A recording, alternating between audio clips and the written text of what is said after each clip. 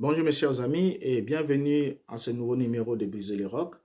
Ce nouveau numéro, nous allons aborder une question aussi très intéressante, la question sur la destinée des enfants. Où vont les enfants qui meurent en bas âge? C'est une question importante parce que très souvent, on se pose ces questions parce qu'on entend beaucoup de théories là-dessus, puisque l'une des théories que nous entendons quelquefois, c'est celle de dire d'affirmer que les humains naissent tous pécheurs et comme ils naissent tous pécheurs, par conséquent, un enfant qui meurt en bas âge est automatiquement perdu. Perdu signifie quoi? Que Elohim va le juger pour le péché et ensuite il va le jeter dans le temps de feu pour qu'il soit détruit. C'est déjà très difficile à entendre, mais j'aimerais qu'on l'aborde à la lumière des Écritures pour voir si cette question répond exactement à l'enseignement qu'a donné la Bible, à l'enseignement que les apôtres ont apporté, à ce que dit exactement la Bible sur le destin ou la destinée de petits enfants qui meurent en bas âge. Donc avant d'avoir atteint l'âge de la majorité ou encore avant d'être devenus adultes. Et si les gens affirment ce genre de choses, c'est parce qu'ils ont des versets qu'ils ont lus, sûrement ils ont compris des travers, et j'aimerais qu'on aborde quelques-uns de ces versets pour qu'on regarde ensemble avec vous à la lumière de la Bible si cette théorie peut tenir, réellement tenir. Romains chapitre 5, le verset 12 va nous dire ce qui suit. C'est pourquoi comme par un seul homme le péché est entré dans le monde et par le péché la mort, et qu'ainsi la mort s'est étendue sur tous les hommes parce que tous ont péché. Et remarquez que le verset affirme à la fin que tous ont péché. Donc tous ont péché en d'autres termes en Adam. Et du coup, cela a permis à certains de dire, puisque tous ont péché, c'est au passé composé, ça veut dire qu'avant que vous veniez dans le monde, vous aviez déjà péché. Donc vous naissez là pécheur. Et quand vous naissez pécheur, si vous ne vous êtes pas repenti, en tout cas, vous partez droit dans le temps de feu. Et si Dieu voudrait réellement vous sauver, il devrait vous garder jusqu'à ce que vous deveniez grand et que vous atteigniez l'âge de la majorité pour vous repentir. Mais s'il vous retire de ce monde et permet que vous partez très petit, ça veut dire qu'il n'y a plus d'autre issue parce qu'il ne finira que par vous détruire. Je vois que déjà la question est très horrible, mais j'aimerais qu'on puisse aborder cela avec beaucoup de tact. Mais remarquez ici que ceux qui lisent ces versets s'arrêtent juste là où ces versets s'arrêtent, alors que la pensée de l'apôtre ne s'est pas arrêtée. Lorsqu'il dit « car tous ont péché », il va maintenant descendre pour expliquer comment est-ce que tous ont péché. Comment est-ce qu'ils ont péché? Et remarquez bien, quand vous lisez dans votre Bible, vous voyez que le verset s'arrête avec une virgule et suivi de 3 points. Ça veut dire que ma pensée ne s'est pas arrêtée. Et si vous me lisez jusqu'ici, vous allez vous perdre. Il faudra continuer à lire la suite. Et c'est très important. Alors, dans la suite, qu'est-ce que nous allons remarquer? Nous remarquons ici que l'apôtre établit un parallélisme entre Adam, le premier Adam, qui, par sa désobéissance, a entraîné le péché, et le péché nous a produit la mort. Et il établit le parallélisme avec le second Adam, qui est le Christ, qui, par son obéissance, a produit la justice, et de la justice, il nous a apporté la vie. Alors, prenons juste, puisque chaque verset, à partir du verset 12, nous allons lire ensemble avec vous, mais juste une séquence de chaque verset jusqu'au verset 19, qui parle d'Adam et sa relation avec nous, afin que nous comprenions exactement pourquoi est-ce que l'apôtre dit « car tous ont péché ». Et nous ne prenons pas la partie de la solution en ce qui concerne le Mashiach, mais nous prenons juste ce qui concerne Adam et nous. Adam et l'humanité, Adam et le péché. Romains chapitre 5, le verset 12, je lis, « Et qu'ainsi la mort s'est étendue sur tous les hommes. » La mort s'est étendue sur tous les hommes. Romains chapitre 5, le verset 15, je lis, « Par l'offense d'un seul, il en est beaucoup qui sont morts. » Par l'offense d'un seul, il en est beaucoup qui sont morts. Verset 17, « Si par l'offense d'un seul, la mort a régné par lui seul. » Verset 18, « Ainsi donc, comme par une seule offense, la condamnation a atteint tous les hommes. » Remarquez comment est-ce que nous partons, comment l'apôtre va avec la question. « Ainsi donc, comme par une seule offense, la condamnation a atteint tous les hommes. » La condamnation a atteint tous les hommes. Et au verset 19, il dit, « Car comme par la désobéissance d'un seul homme, beaucoup ont été rendus pécheurs. » Remarquez, par la désobéissance d'un seul homme, beaucoup ont été rendus pécheurs. Donc ici, on comprend ici, lorsqu'on lit le parallélisme, on lit les versets en ce qui concerne Adam, jusqu'à ce qu'on arrive au verset 19, on se rend alors bien compte que si au verset 12, l'apôtre a dit car tous sont péchés, c'est parce que, à cause de la désobéissance d'un seul homme, qui était le père de l'humanité, qui était le représentant légal de l'humanité, qui était la prémisse de l'humanité, alors à cause de sa désobéissance, la désobéissance d'un seul, la Bible dit, beaucoup ont été rendus pécheurs. Romains 5, verset 19. Or, la faute d'un seul homme a entraîné alors la condamnation de tous les descendants et de toute la race humaine. Rien que par la faute d'un seul homme. La condamnation a atteint tous les hommes, dit le verset 18. La présence alors de la mort naturellement physique ou la mort physique, la présence de la mort physique est même une preuve irréfutable de l'existence du péché, puisque la Bible précise bien que le salaire du péché, c'est la mort. Or, dans ces versets ici, lorsque nous voyons comment les conséquences ou encore la condamnation a atteint tous les hommes, on comprend pourquoi la condamnation atteint tous les hommes et pourquoi tous les hommes sont constitués pécheurs. La Bible dit ils ont été rendus pécheurs. Rendus pécheurs. Lorsqu'on parle de rendre quelqu'un pécheur, on est là dans le domaine de l'imputation. On est au niveau de l'imputation. Or, lorsqu'on regarde le terme imputation, le verbe imputer vient du latin, ça vient du terme latin imputare, qui signifie porter en compte ou placer dans le compte de quelqu'un d'autre. Ce qui veut dire attribuer à quelqu'un ou à quelque chose la responsabilité d'un acte répréhensible, d'un fait blâmable ou fâché. Donc, en d'autres termes, nous avons reçu, toute l'humanité a reçu en son compte, dans leur compte, la responsabilité de l'acte d'Adam. La responsabilité de l'acte d'Adam. Et ce qui signifie que lorsqu'on reçoit, lorsque le péché d'Adam a été imputé à quelqu'un, lorsque le péché a été imputé à l'humanité, automatiquement, l'humanité est assujettie aussi également à la punition due à ces péchés. Parce que quand le péché vous est imputé, la punition aussi due à ces péchés doit vous être appliquée. Et c'est la seule possibilité alors, la seule possibilité pour nous alors d'être affranchis, pour l'humanité d'être affranchie de la condamnation ou d'être affranchis du sujet dans lequel ils ont été imputés, c'est exactement que cet homme puisse être d'abord délivré du péché. Ensuite, le châtiment qui devrait suivre aussi va en quelque sorte aussi l'éviter. Donc, lorsqu'on n'est pas affranchi de l'imputation du péché qui nous a été imputé, alors automatiquement, nous subirons inévitablement les peines en ce qui concerne ce péché qui nous a été imputé. Alors, l'apôtre montre ici que comment tous les hommes sont d'abord devenus dignes de mort, soit ils ont été assujettis à la mort. Il présente comment ils ont été assujettis à la mort, comment ils sont devenus tous dignes de mort.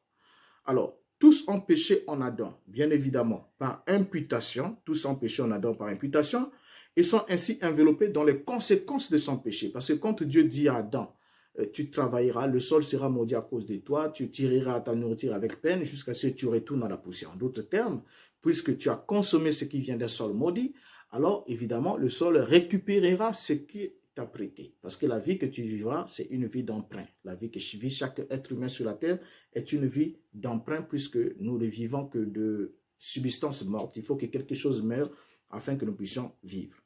Alors, Paul va dire sans contredire, pour qu'on comprenne exactement de quelle mort il s'agit lorsqu'on meurt en Adam. Et quelle est cette mort-là qui nous affecte? Parce qu'il y a la notion toujours que certains aiment toujours brandir de la notion de la mort spirituelle qui n'a rien à voir avec ce que disent les Écritures ici, ni ce qui était dans la pensée de l'apôtre. Il va dire sans contredire dans 1 Corinthiens chapitre 15, le verset 21 au verset 22, ce qui suit. Car puisque la mort est venue par un homme, la mort qui est venue par un homme, c'est une seule mort. La mort qui est venue par un homme, c'est aussi par un homme qu'est venue la résurrection des morts. Et remarquez avec moi que dans 1 Corinthiens, l'apôtre est en train de parler de la résurrection du Mashiach, puisqu'il y avait des gens qui disaient que Christ n'est pas ressuscité. Et c'est là l'apôtre disait que si Christ n'est pas ressuscité, alors votre foi est vaine, puisque la foi messianique repose sur la mort et la résurrection du Mashiach. Au verset 22, il dit, « Et comme tous meurent en Adam, pas tous sont morts, non, tous meurent en Adam, de même aussi tous revivront en Christ. » Pas tous en rêve, je ne sais pas quel est le terme utilisé, mais tous revivront. Donc tous meurent en Adam. Nous sommes là dans un présent continu, tous meurent, mais de même tous revivront en Christ. En d'autres termes, la mort est venue par Adam, le premier Adam, mais la vie est venue par le second Adam, puisqu'il a expérimenté en revenant d'entre les morts. Alors, la mort va commencer à régner, puisque cette mort qui est venue sur Adam, étant donné que le péché d'Adam a fait que Adam soit sujetti à la mort, et que le péché étant imputé à toute l'humanité ou à toute la descendance d'Adam, a fait en quelque sorte que la mort puisse régner à partir d'Adam jusqu'à Moïse. Et la Bible va nous dire dans Romains chapitre 5, le verset 13, « Car jusqu'à la loi, le péché était dans le monde, or le péché n'est pas imputé quand il n'y a point de loi. Cependant, la mort a régné depuis Adam jusqu'à Moïse, même sur ceux qui n'avaient pas péché par une transgression semblable à celle d'Adam, lequel est la figure de celui qui devrait venir. » Et j'aimerais qu'on regarde un peu sur le verset 14, et c'est là que nous allons vraiment entrer, toucher le nœud de notre question concernant les enfants.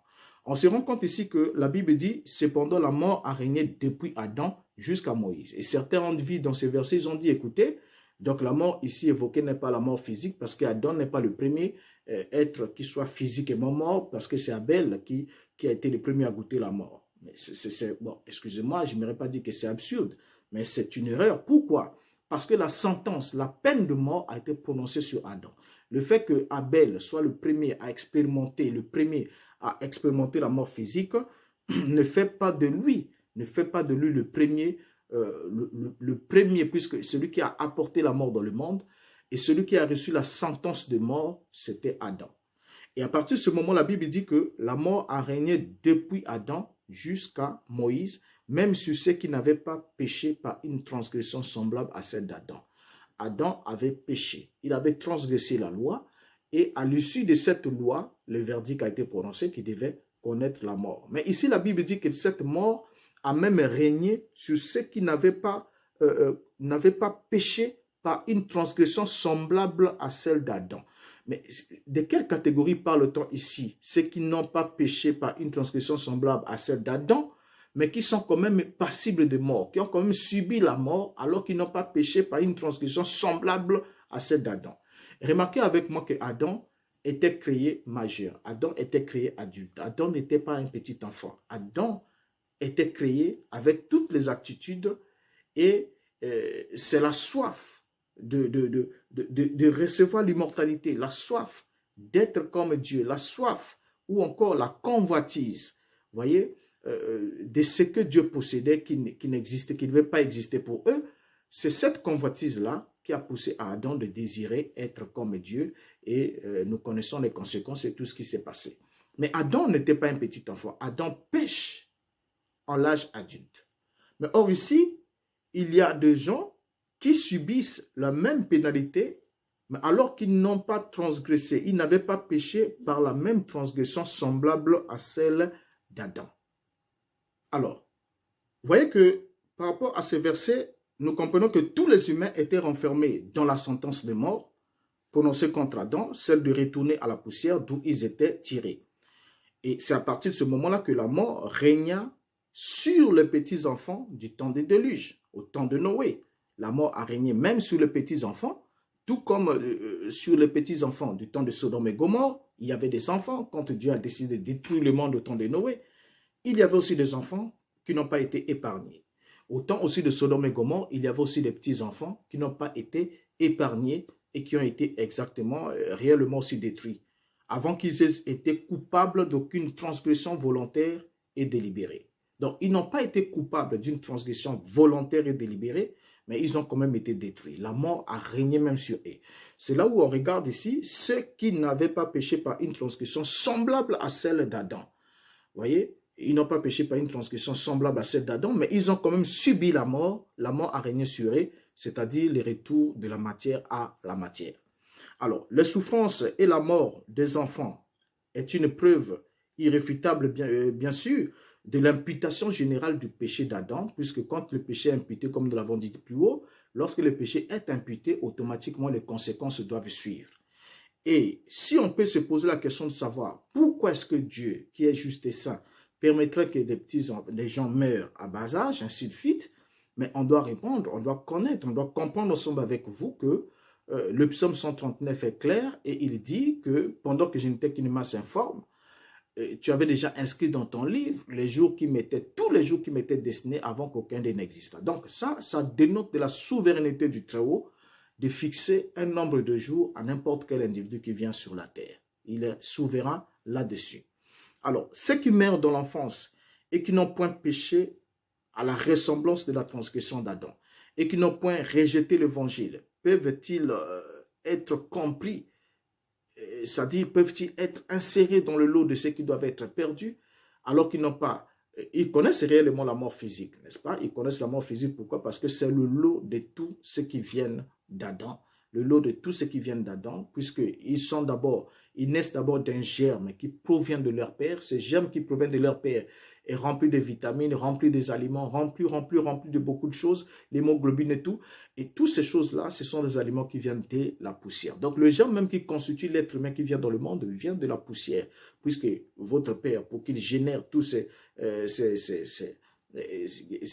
liquides séminales, il fallait qu'il consomme, qu'il mange, qu'il vive. Vous voyez, il devient grand. Et quand il devient une grande personne, tout son corps, quand il devient à l'âge adulte et à l'âge de la puberté ou à l'âge capable de féconder, il a consommé de ce qui vient de la terre. Donc tout ce qu'il consomme, c'est la mort. Il consomme ce qui vient des sols maudits. Ça veut dire que le produit qu'il apportera vivra en fonction du nombre de jours qu'Adonai fixera par rapport aux circonstances qu'il connaît d'avance. Parce qu'il est omniscient, ça, nous sommes d'accord là-dessus.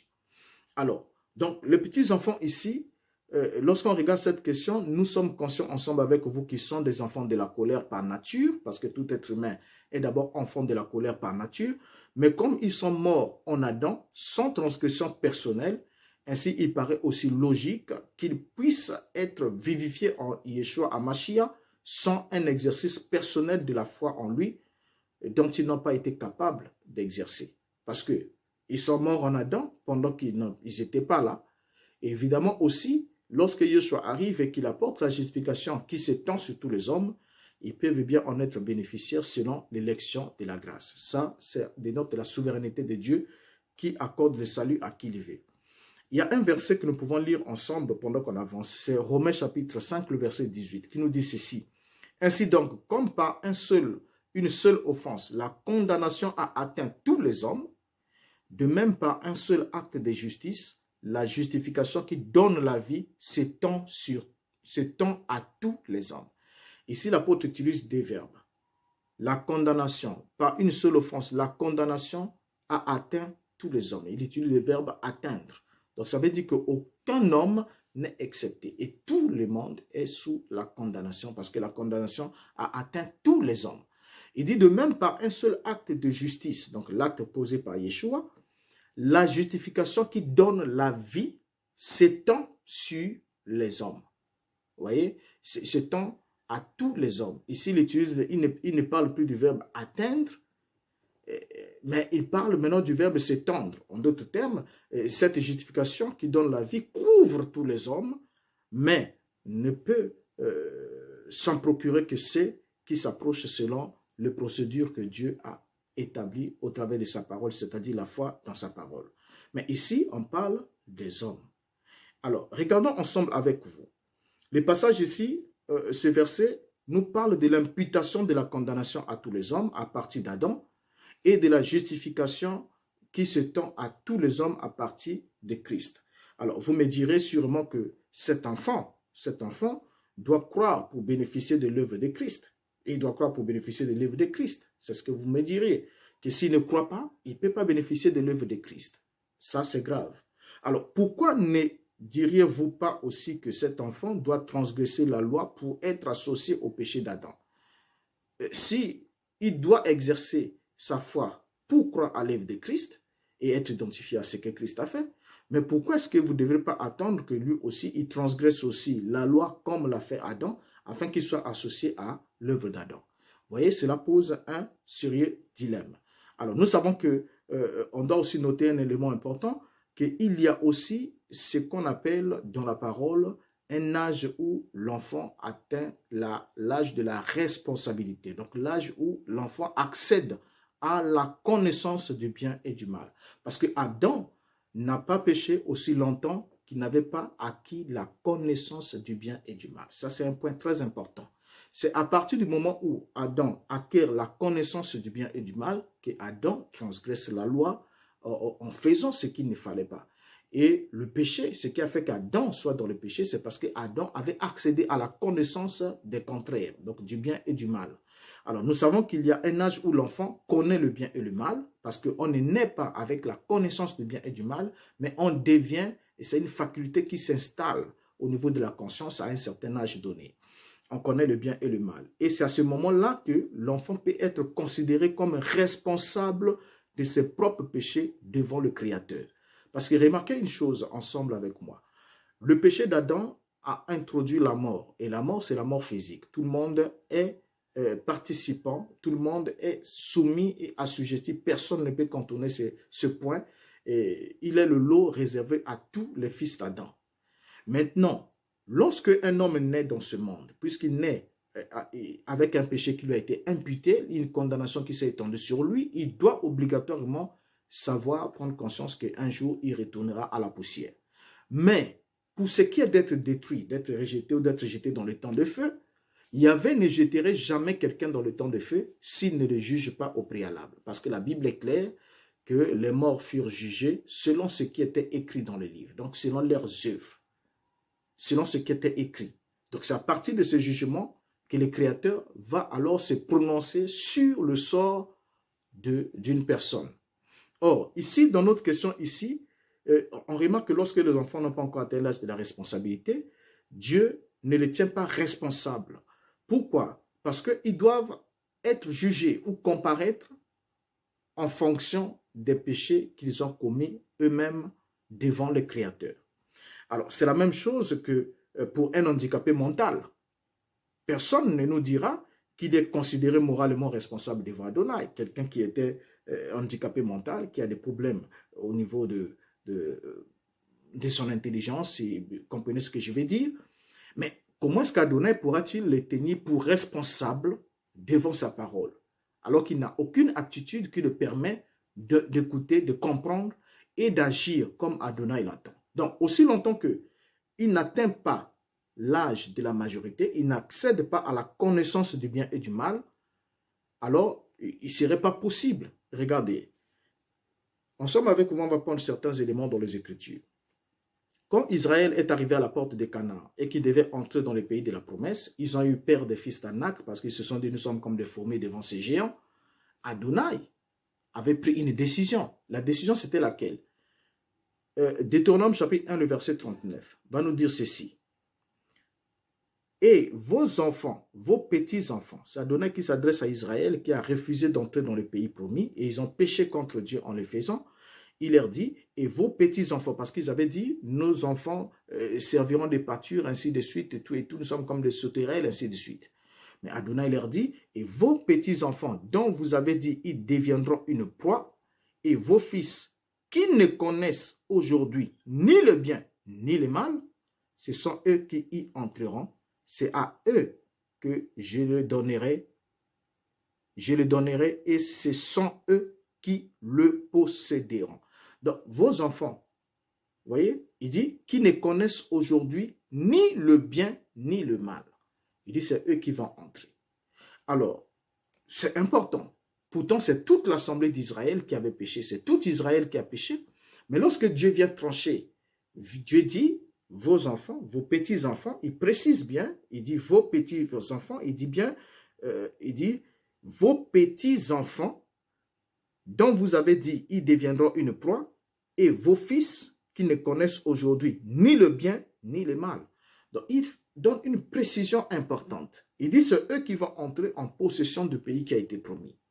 Alors, il va ajouter un détail très important qui va établir l'âge de la responsabilité. Ça pourra sûrement scandaliser quelqu'un.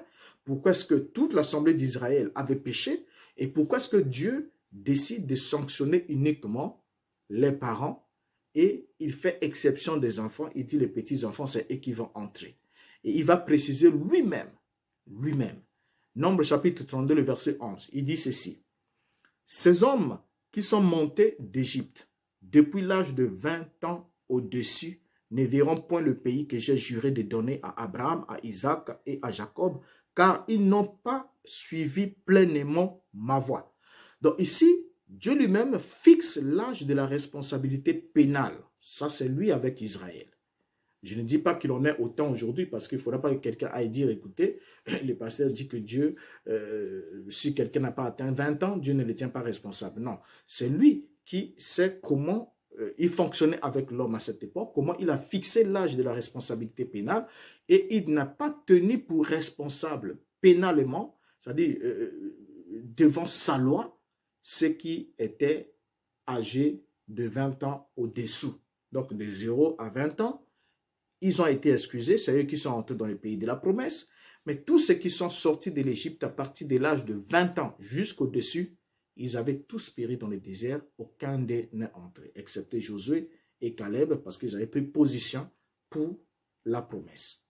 Alors, donc, on remarque ici que Yahvé précise et dit, parce qu'ils n'ont pas suivi pleinement ma voie. Donc, on demande la responsabilité, on responsabilise celui qui a les aptitudes de suivre pleinement la voie d'Adonai.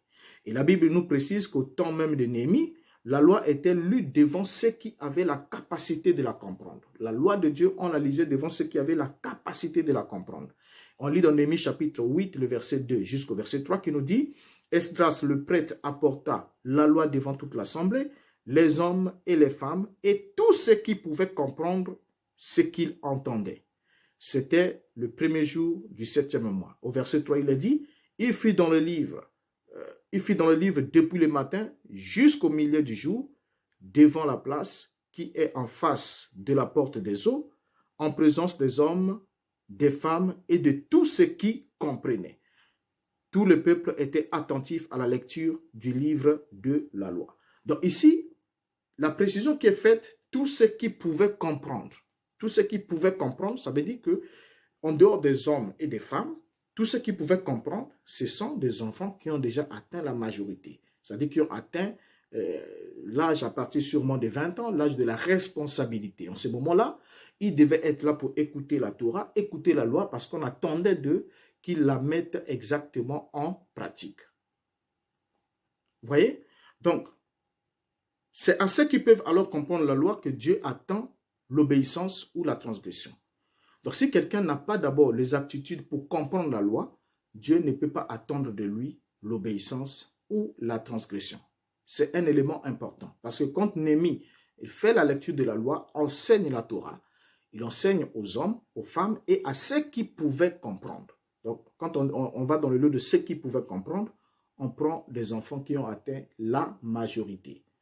Imaginez-vous que vous prenez un enfant de 4 ans ou de 3 ans, vous voulez lui enseigner que Dieu a dit, tu ne commettras point d'adultère. Donc, il ne sait même pas qu'est-ce qu'est l'adultère, ça va commencer même pas où. Donc, il n'a même pas ça dans son esprit.